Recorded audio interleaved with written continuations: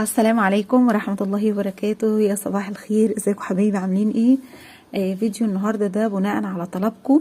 في كذا حد بعت لي عايز يعرف شوية معلومات عن التورت. طبعا هنتكلم دلوقتي عن التورت والحلويات وعايز يعرف معلومات ازاي بعمل الورق اللي انا بزين بيه التورتايه والحاجات دي كلها. يعني ازاي، ايه الورق، نوعية الورق ايه، وبطبعه ازاي، وشكله ايه والكلام ده كله. فان شاء الله الفيديو بتاعي النهارده هو هيكون ده المضمون بتاعه. بس طبعا ما تنسوش تعملوا لايك لفيديو، اشتراك لو انتوا اول مره تشوفوني، واتمنى ان شاء الله ان انتوا تدخلوا على القناه وتشوفوا الفيديوهات اللي انا منزلاها، ان شاء الله تعجبكم. ولو اي حد ليه اي استفسار او عايزني اعمل له فيديو عن حاجه معينه يقول لي ان شاء الله. بالنسبه للادوات كلها هبقى اعمل لكم فيديو تاني عنها ان شاء الله، واقول لكم ايه الادوات اللي ممكن تستخدموها في بدايه المشروع، وايه الادوات اللي ممكن تستغنوا عنها خالص. يلا نسمي الله كده، نقول بسم الله الرحمن الرحيم ونشوف نشوف الورق ايه. الفيديو اللي كانت طلبت مني فيديو، قالت لي انا عايزه اعرف انت ازاي بتطبعي الصور دي والورق ده والحاجات دي بتجيبيها ازاي. فطبعا انا بجيب الصوره، مثلا في تورتايه شكل معين بيطلب مني ان هو يتعمل، بيكون عليه طبر، صوره البنوته او صوره الحاجه زي كده، او فراشات او الكلام ده كله. بدخل على البرنامج ده، بنزله من على جوجل بلاي، اسمه بنترست. تمام، بدخل عليه اكتب طبر، بتكتبي كده في البحث مثلا طبر فراشات، طبر سبونج بوب، طبر توم اند جيري، الحاجات اللي هي زي كده. تبداي تكتبي، تعملي بحث عن الطبر اللي انت عايزاه. وفعلا بعمل حفظ للصورة، يعني الصورة بتعجبني وبشوف الجودة بتاعتها. اهم حاجة الجودة، لازم الجودة بتاعت الصورة تكون كويسة، عشان الصورة نفسها تطلع معاكي حلوة، ما يطلعش فيها عيب ولا اي حاجة. هوريكم زي ايه هنا دلوقتي، وهوريكم عيب الطباعة، وهوريكم حاجات كتير هنا. المهم بعمل لها حفظ على الموبايل. بروح بقى المكتبة، انا ده اللي انا بعمله. اي مكتبة اللي هي بتطبعي فيها الاوراق، وبتطبعي فيها كتب، بيطبعوا فيها الحاجات اللي زي كده، اللي فيها طباعة.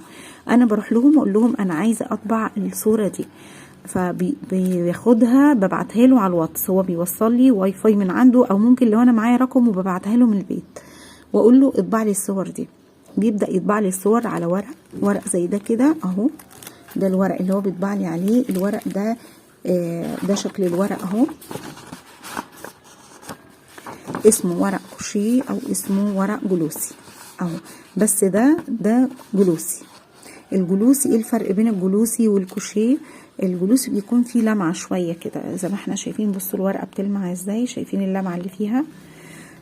غير الورق الجلوسي. هما الاتنين حلوين على فكرة. وبيبقى الورقة نفسها عشان تكوني فاهمة برضو ليها السمك بتاعها، ما تطبعيش على الورقة اللي هي الخفيفة، يعني اللي هو اللي بيبقى ليها سمك معين. تمام، انا عن نفسي بطبع دايما، انا معرفش بالظبط بيبقى قد ايه، بس انا الحمد لله المطبعة اللي انا شغالة فيها بتطبع لي الورق بتاعها بيبقى تقيل كده وحلو، غير الورق التاني الخفيف ده. المهم، فانا بديله الصور اللي انا عايزاها وبيبدأ يطبعها لي. باخدها زي كده، مثلا زي دي، باخد منها مثلا في تورتايه مطلوب مني عليها فراشات، ببدأ اقص بالمقص كده، واخد الفراشة نفسها وابدأ اقصها.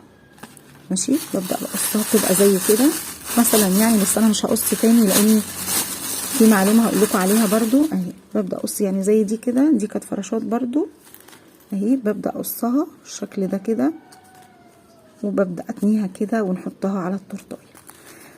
ايا كان لون الفراشات اللي انتي عايزاها، يعني مثلا زي كده.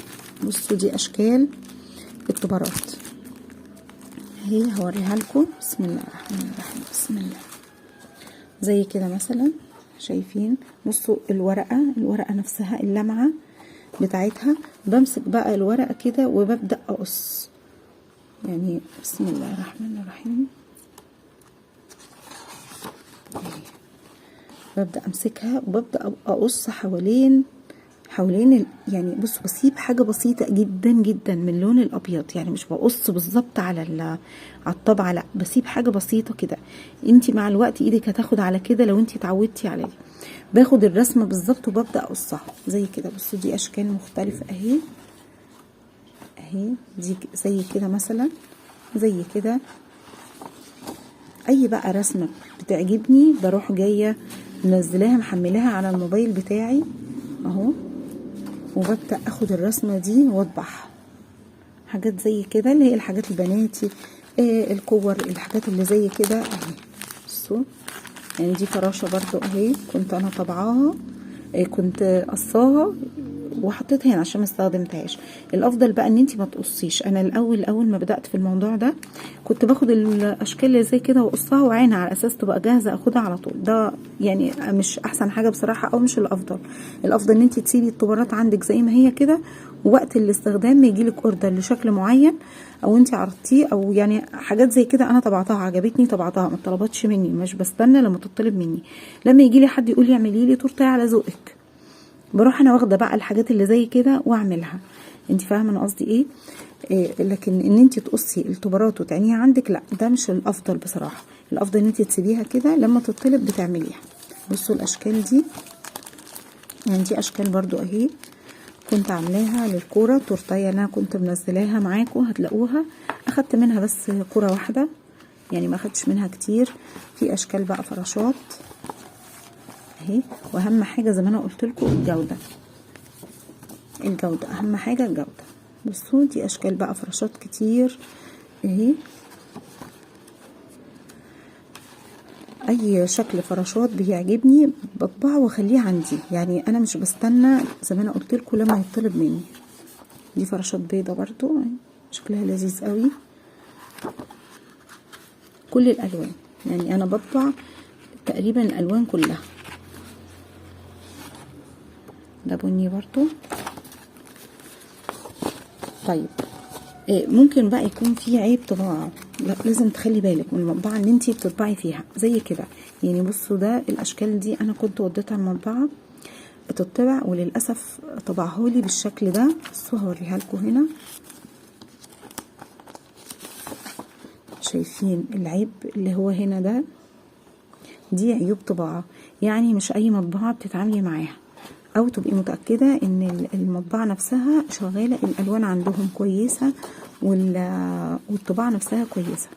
يعني بصوا هنا برضو اهو، شايفين؟ وجودة الصورة، يعني تاخدي بالك من جودة الصورة، لان ممكن تكون جودة الصورة نفسها مش حلوة، فتقوم تطلع لك الرسمة اللي في الصورة نفسها مش حلوة.